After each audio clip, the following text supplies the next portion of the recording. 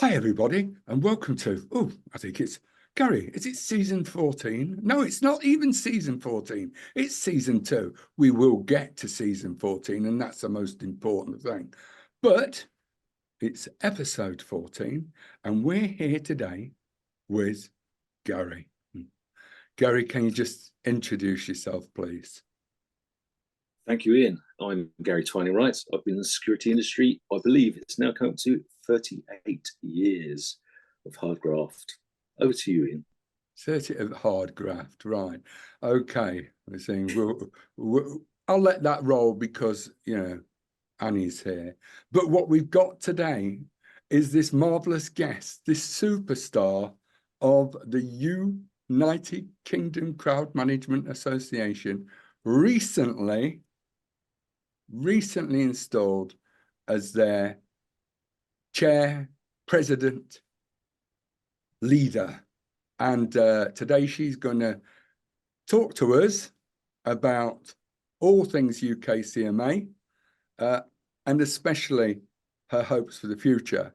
So, Annie, what I'd like, first of all, is for you to give us a brief background of what you've done and why you deserve to be here, and to then start off by telling us about the conference.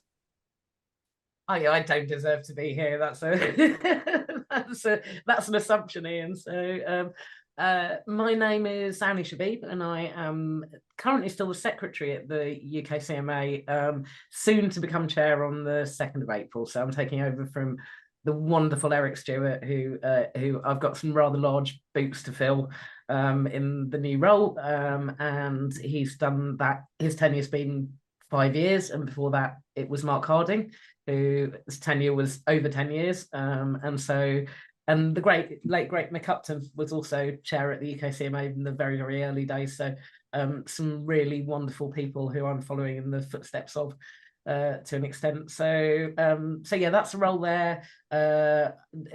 Global Crowd Management Alliance is worth a little shout, that we're the secretariat for that association, and that works. The UKCMA works in partnership with the ESA in America and the ESAC in Canada, who are two safety organisations doing pretty similar things to what we're doing. Can you just tell us what ESA means? Yes, it's the Event Safety Alliance, and the Event Safety Alliance Canada is the ESAC. So two really busy associations that we're involved with when I'm not doing my day job. So what's your role within there? I know you've been secretary for X. What's your role within the ESA? And so the role for GCMA, which is the global piece, is a secretariat. So there's 4 of us who form the sort of secretary role at the association, and it's 3 of which are Brits and 1 of which is American, and we all work together on Zoom most of the time to run that, put together virtual congresses and member-to-member meetings, that kind of thing. So it's a lot of networking and a lot of sharing of information. So yeah, so both keeping me busy when I'm not, let's keep me off the streets anyway, that's for sure. So you run a company as well, don't you? Because I mean, you're obviously bored, you've got nothing else to do, so you decided you'd run a company. Gary's good lady, his better half by any stretch of the imagination, Ness. She runs SSMRT, doesn't she, Gary? She does, Ian. That's amazing, and I must ask you a bit more about that. So yeah, I know we're not here to talk about that, but I think that's really interesting. Well, she's been in the industry for, I think, 28 years. Amazing. So she's worked on she started working doors. She started off with Saberwatch, going back in the day when they used to run Marks and Spencer's and Sainsbury's. Oh, I remember. Yeah. Yeah, and that's where she done her training. And part of the Saberwatch training was you went away for a few days, and it was run by ex-Marines. So they bus load about a coach load of people down there, and out the 50 people from the coach, only 8 survive back in the day, and she was one of the survivors. So that's where she started from, and then obviously went on to doors, and now she runs the company. So there you go. Amazing. Very, very skilled person. That's so interesting, because I started doing doors probably about 25, 26 years ago, so about the same time she was working. That's when my that's where it all kind of started for me. That and doing festivals. So yeah. Yeah, she was. I actually met her on the door. Oh. I know. This, we won't go too far down. Go But on, I actually go on, carry on, Annie. This is so much fun.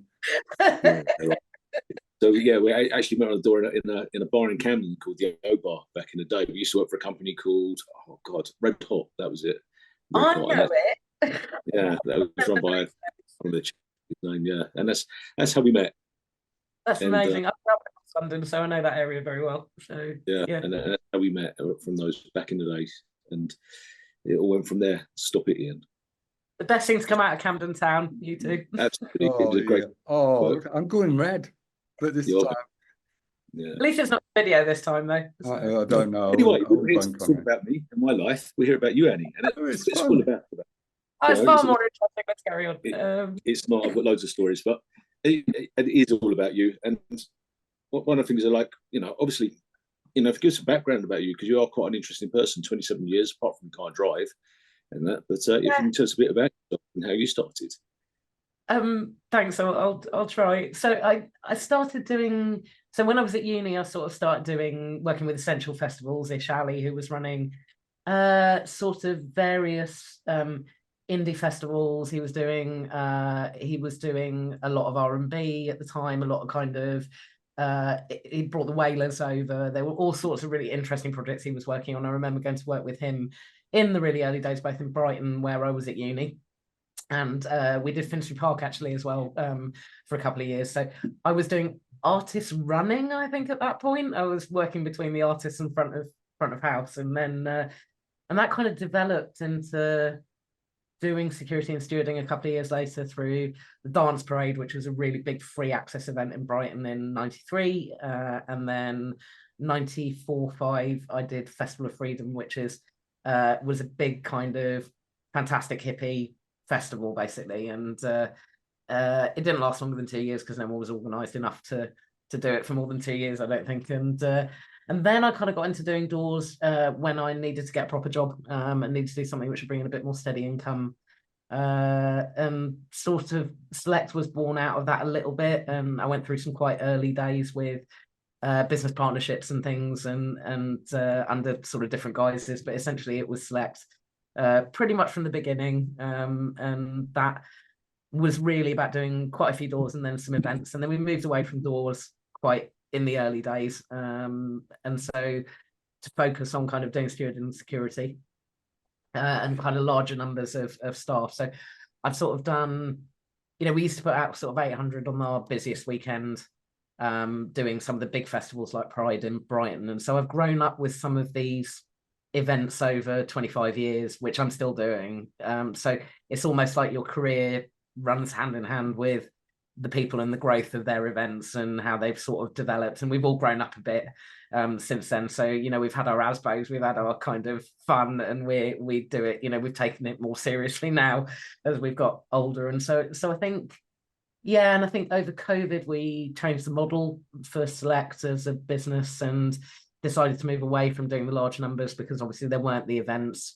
We moved into working in temporary mortuaries. We moved into COVID marshalling. We did a whole load of stuff like that. We're really lucky we got an Arts Council funding to keep going, which really, really helped over COVID. And then we sort of flipped the business model to the more event controls, audience management. So now we put out, really our role is fairly consultancy based. It's writing plans, it's putting out a team of about 50, of which I sort of put I and the team who work with me put a lot of energy into those kind of long-standing members of staff.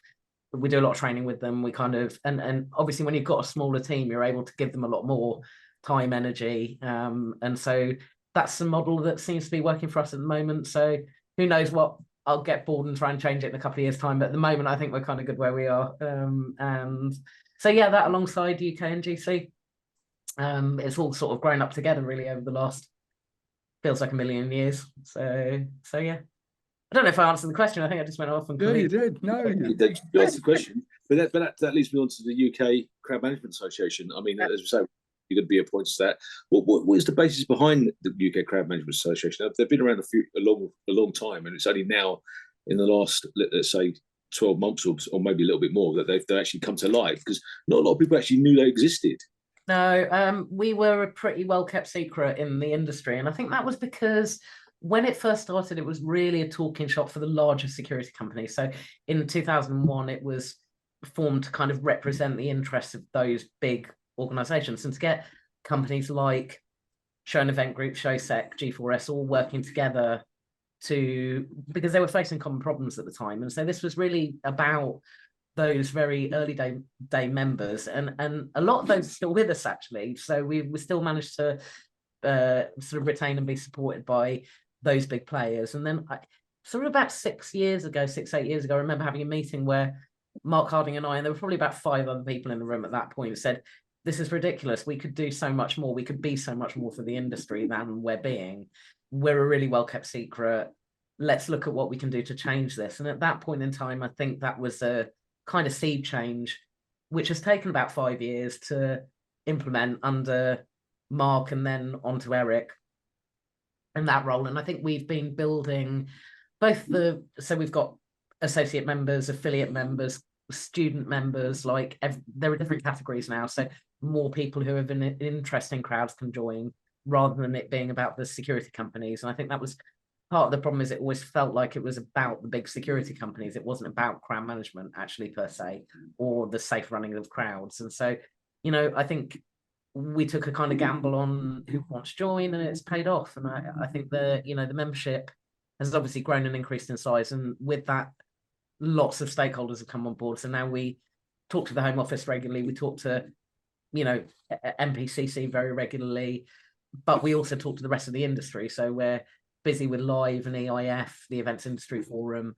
So we're kind of working on a number of different levels now that we haven't ever had the opportunity to do until the last few years. And I think that's why it's come to light, is a bit, and we've bothered to start doing socials as well. That helps. So yeah, I think we now have very good systems in place for socials, but it was very voluntary when we first started. We now are able to afford to pay one person to do secretarial support a couple of days a week, and that really helps. And there's someone to help us with social media, so we're able to put a bit more of that investment back into the systems which you need to put in place. You need to treat them like a business, really.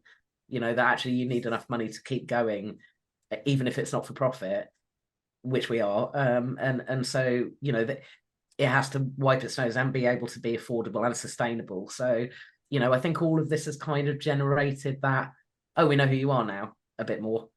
I think we've still got a long way to go, though. I don't think we're there yet. Oh, yeah, I agree with you. I mean, as I say, it was the best kept secret, and a lot of people didn't know about it.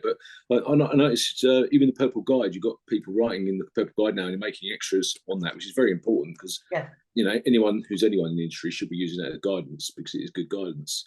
But again, it's that's important to put that out there. And I mean, just on the point we're looking at crowd safety, how important is crowd safety in our industry? I mean, it's for you guys out there, for the UK crowd management.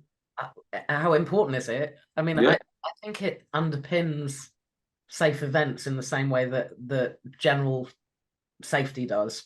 I think it really is a specialism. It's a specialism it's quite a new skill, isn't it? It's not something that people are, the orderly movement of people being what crowd management is. I don't think that's been understood for very many years. So I think there have been some early run advocates of that, like Keith Still, John Drury, Clifford Stott. They've been in the industry for years talking about crowd management as academically. But I think the practitioners are only still coming through now in terms of what we do. So it's still a fairly new art, new science piece, I think. So it's getting people to understand a bit more about what we do and how that really does underpin, the safety of a site and as a whole, and the outcome and the experience of the audience and the way the audience behaves. I mean, it's all part of the same picture. It's not one thing. It's a multi-level piece, I think. I just chip in there, because I know it's just John. I know I do speak, unfortunately. John Jury, that's Professor John Jury, isn't it? Yeah, it is. Sorry. Yeah. Because at the conference, the reason I brought his name up was because his use of the word, it was him who says using the word safety is is a critical aspect of making sure that people understand the difference between security and safety. And that goes back to the guest safety officer lobby group, is that guest safety. That's what because we're no longer, the door supervisor, that security role. It's so much more than that. I mean, but Gary knows more about this than I do. Can I speak now? Gosh, you've done nothing, but I've not had a chance to get on with you. Shoots me down. Gary. Yeah. But what I was trying to say, but Ian, as security, guest safety officers, security officers, and we like to call them guest safety officers. We don't really do a lot of security really now. I mean, those days of bouncers have changed, and as we were saying, it's the safety issue is so more important now when we got guests, and understanding crowd management or crowd science, as Professor Kill still would say, and that's a thing which is so important. And a lot of venues still don't quite understand that. Even, we've got things like, Brixton O2, which happened. And, if we go back to the early days of the football stadiums and bits and pieces, it's those things which it's still not quite understood out there. I mean, are you finding that the same? Because I'm finding a lot of venues which I go to and I consult for, they still don't quite get that idea of crowd safety and the management of the safety of their patrons. Yeah, I think there is a difference between crowd safety and crowd management. And I think, Keith will talk to that as well a bit in terms of, they're actually two sort of different definitions of what those two things are. And the crowd science kind of underpins what we do in terms of crowd management. But, I think when Brixton happened, I think the industry took a long, hard look at itself. I think it wasn't the only thing that had happened as well. There was Durham for the Missoula incident, right. 10 years since Cookstown, stuff happening all over the world, not just in the UK. And I think, excuse me, I've got a bit of a chesty cough. Can you cut that bit out? No, because we're going to laugh about that. It's going to be one of the bloopers. Yeah, carry on. You can put it on the bloopers reel. That's fine. So I think that really made us think about what to do about it. And that's when we started writing the crowd management safety practices document that's coming out on the 2nd of April. So we've only got a few days left until the thing's developed, finished. It's definitely happening, yeah? It's what it's written. So I know, but I know you might, but it's actually going to come out, it's actually going to come out now, yeah. It's literally on design and publication and hosting stage. So we're doing all the pretty bits now, which we haven't told Gary about that. Yeah, so it's about 85 pages. It's 15 chapters written by 15 different specialists within the field, edited by another 30 people or so, including King's Counsel. So we've had the legal eyes look at it, and we've also had a lot of the heavyweights in the industry have a good bash at it.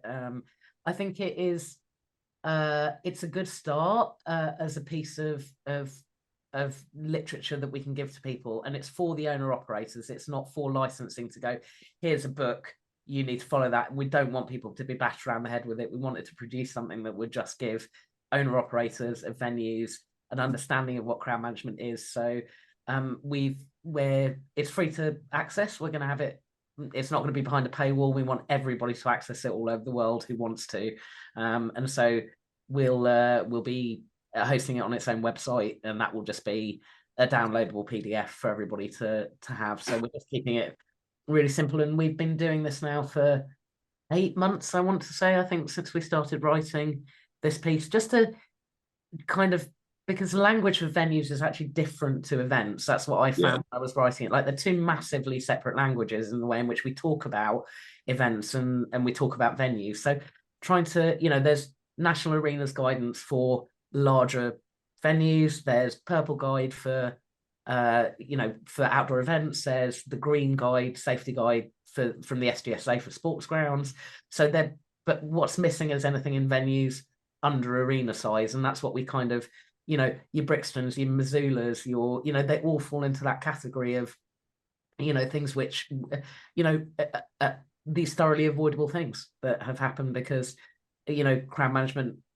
And I think we have to be careful when we say the outcome of Brixton was foreseeable, because I think there was a whole load of levels there where it actually wasn't foreseeable particularly easily. But I think if we can get some good practices in place and that saves even one life, then the last 8 months will have been worth doing. So, to me, I want that document out there as free access as we can get it. So NTIA, the wonderful Micheal, who you guys know well, and John Collins from Live have been supporting, but Micheal and so NTIA and UKCMA have been sort of the main partnership over this piece. And of course, Micheal speaks the language of venues really well, understands that. And so he was able to bring in quite a lot of people who also owner-operators of venues to help to write the guidance. So Julie Tippin's at DHP, who I know you guys know, and Sam and Luke, and there were a few others. So Luke from Fabric, and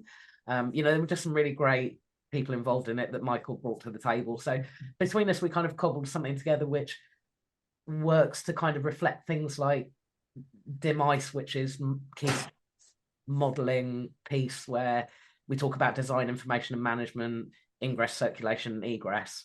That developed model, trying to apply that to venues in the right way. And Keith was a huge supporter of getting us across the line with the right way in which to develop dim ice for venues. There's a really good little chapter on counterterrorism, which just a lot of this is about signposting, so people know where to go to get further information. It's not necessarily about the writing itself. It's more about saying, here's how you access other free information, which you can, Protect UK website for counterterrorism, Zone X and the piece around that, and the sort of your grey spaces and things like that. Where does the responsibility lie within those areas where you're probably queuing people some of the time, and where you're more likely to get difficult situations than you are when people have been through search lanes. And so, and into venues, once they're checked, they're in a safer space, a different space, right, to outside. So it's trying to tackle all those things and work out how that works best for venues to write something that's supportive of them. So 2nd of April. So the answer is hopefully that will help the problem. Right. And I just, again, a brand new piece of information for Gary. When I spoke with Stuart, Eric rather, at the conference, I volunteered, me and Gary, to help rewrite, or do the second reading of that. And obviously when I say I volunteered me and Gary, I volunteered Gary. Gary doesn't know this, so but yes. So anything that we can help to do that, we'd love to take part. Gary, thank you for such a kind offer. You're welcome. You're welcome. I just added to the list of things I've got to do. Yeah. Well, we're starting the rewrites in September. I think we'll see how version 1 flies, and then version 2 we want to get the consistency right amongst the authors and the document as a whole, so it sits maybe more as a guidance document and less as what feels to be somewhat of a series of essays on the topic. So yeah, I think that's the job for the next team. So as a playwright, as someone who's actually written a play, congratulations. Then I'm more than happy to help with consistency of language and narrative. Anyway, that's wonderful. Yeah. But we can't wait. We can't wait to get the language at 100% before we get this document. Oh no, you've got to get it out. That's the most important thing. On it, to be honest, we just want to try and make sure that we've preempted and avoided the next thing. Gary, absolutely. You've got to preempt it all the time. It's part of one of my jobs is trying to preempt stuff. As I say, I deal with a lot of clients and they just still don't quite get that whole idea. You keep saying, this is what you need to do, this is what you need to do. And they go, yeah, but it hasn't happened yet. That's the magic the magic words. But that document, I'm going to look forward to reading that. It sounds really good. And I can wave it around. And once I've read it and digested it, and now I've been volunteered to go through it. Thank you, Ian. Sorry about that. What I'm here for. I will go through that. Just another point, because we are starting to run out of time. Yeah, we are. Well, going back to the UK Crowd Management Association, which I know I keep aiming back at that. What's good? What is one of the? Why should people join it? There you go.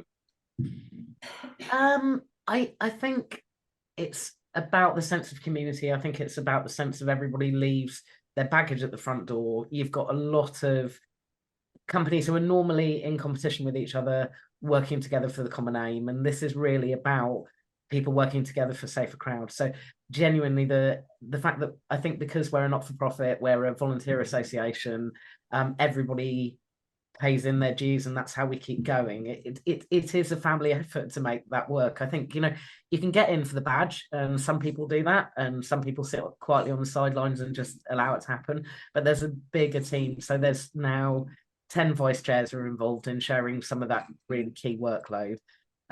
It enables us to talk to stakeholders. We represent industry on behalf of industry. So I think it, you know, that's a really powerful piece. And we aren't in a place where we're politically lobbying anyone. We don't have a affiliation with anyone. We are just all about trying to make sure that what we're doing is for the better good. So there's loads of networking opportunities. Lots and lots of the members have got to know one another and work together very closely. So there's lots of good business reasons to join, but ultimately everybody's interests are safer crowds, and that, you know, with no commercial interest in that. And that's what makes, I think, the association so special. You know, we aren't driven by a sponsor. We're not driven by anything. We're purely independent of what we do, and we can say how we feel and how our members feel. So, you know, honestly, if you're not part of it, then you're not part of the solution in terms of the voice that we take to government. You know, you have to be in it to really make a difference, I think, within this world. And so I feel like that's, oh gosh, I feel like I need to slow down probably on that note. So yeah. So what we're saying, get involved. Really, at the end of the day, whoever you are, get involved. It's not just for security companies; it's for venues. Yeah. It's for venues, it's for practitioners, it's for people who supply to the crowd safety world. It's for anyone who has an interest in crowds. It's for students. It's for people who are learning in their up and coming skills and traits. And I think, you know, two pieces we really want to take forward over the next few years, and this is really important to growth of the association, is fostering new talent. So getting new talent into the industry, because we're all far too old, and you know, we need to start thinking about the legacy piece around what we're doing with that. And I think the other piece which forms hand in hand in that is looking really carefully at diversity within the industry. There are a lot of people working in the industry of all sorts of walks of life, but at senior management level, that's not the case. That's why everybody's celebrating the fact that a woman is the chair of the UKCMA. I mean, it's no big deal to me, that piece, but it says a lot about the fact that sort of sticks out in people's minds, that the industry isn't yet at a place where senior management is not diverse, is diverse in its appeal to across the board. And I think we need to bring those different voices in. I feel a real need that the industry can't stay as it is now if it wants to grow, and if it wants to reflect society, and if it wants to be everything that we want it to be. It needs to be much, much more diverse. So I have two pieces I really want to focus on during my tenure, which is going to be diversity and fostering new talent. So those are the pieces I'm really passionate about for me. I think just to pick up on the diversity piece, it's really important. It's important to me for similar reasons and others. But I totally and utterly agree with you. We do need to push for greater opportunities to be given to people across the whole of the demographic spectrum. Men, women, Cuban, Asian, whatever you know, the song says it all, as it were. But do you think we must also, and I'm saying this particularly because you said, oh, nobody should say, oh, I'm a woman and I'm, you know, you've got that's special. I think that to a degree, and I'm going to give you my opinion, you're there because you deserve to be there. Yeah. There's 89% of the security industry is male. There's no getting away from that.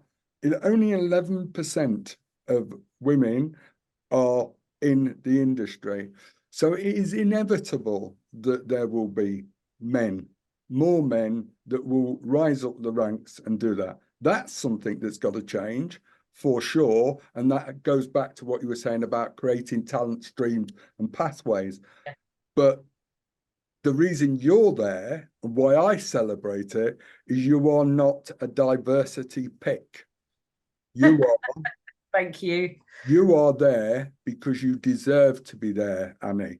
You deserve it. That's a lovely thing to say. And, you know, that's a really lovely thing to say. I think I identify as well, for me, I identify with having a Lebanese father and being, you know, and I identify with having grown up in Africa, in Ghana. You know, there's just things I identify other than being a woman, which I think gives me, I'm really lucky to have grown up with different influences in life and being able to, you know, appreciate the beauty and diversity. And so, yeah, you know, I went to an all-girls school. I think that taught me not to be afraid of being in any industry. It wouldn't matter what industry I was in, and not be afraid of you know, any of those challenges. And so for me, it's kind of, I'm really lucky to have had that upbringing where I could, you know, the background has given me the ability to not let those things stand in my way.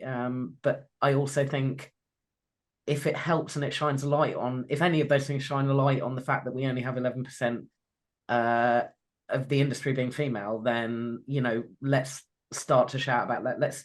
Let's utilize it for everything that we can do to make the changes. So, but, you know, I would hope that it wouldn't matter if I was a woman or a man. And I hope one day we'll be in a position where it won't matter so much in the industry, because the industry is more diverse. It's more gender balanced. It's more, you know, it's more of an interesting place to be when you're in reality.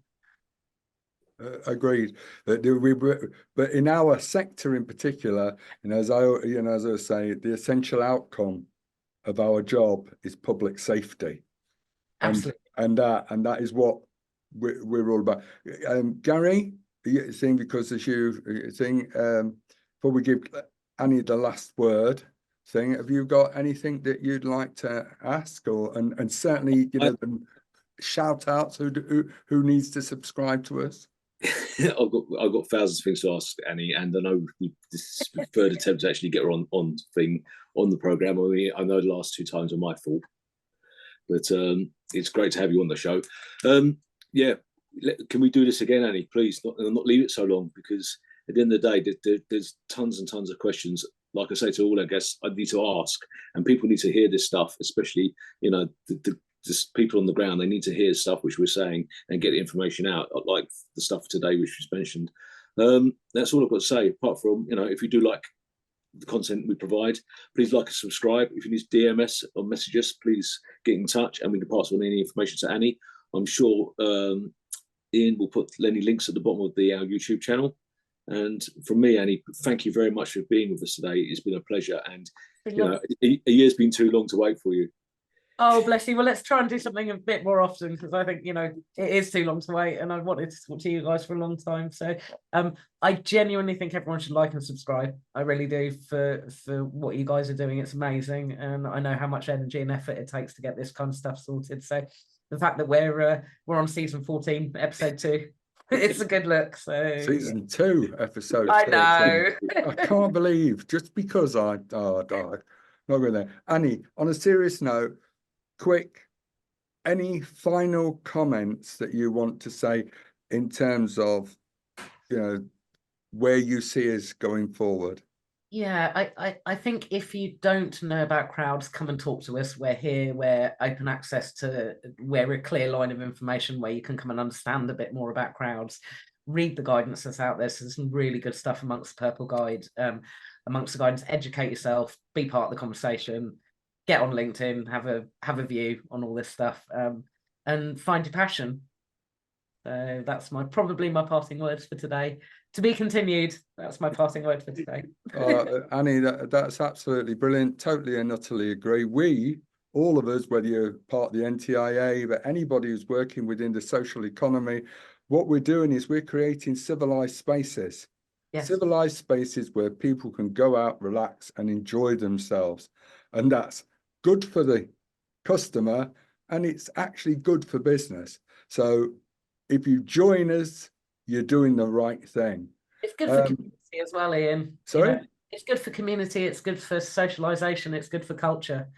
you know. That's absolutely correct. See, I thought I was having the last word. Oh yeah, See? go on then. Yeah, all right. Bye. But as Annie's in charge, she can say what she likes. All right, ladies and gentlemen, thank you so much for watching. It's time for me to say peace out.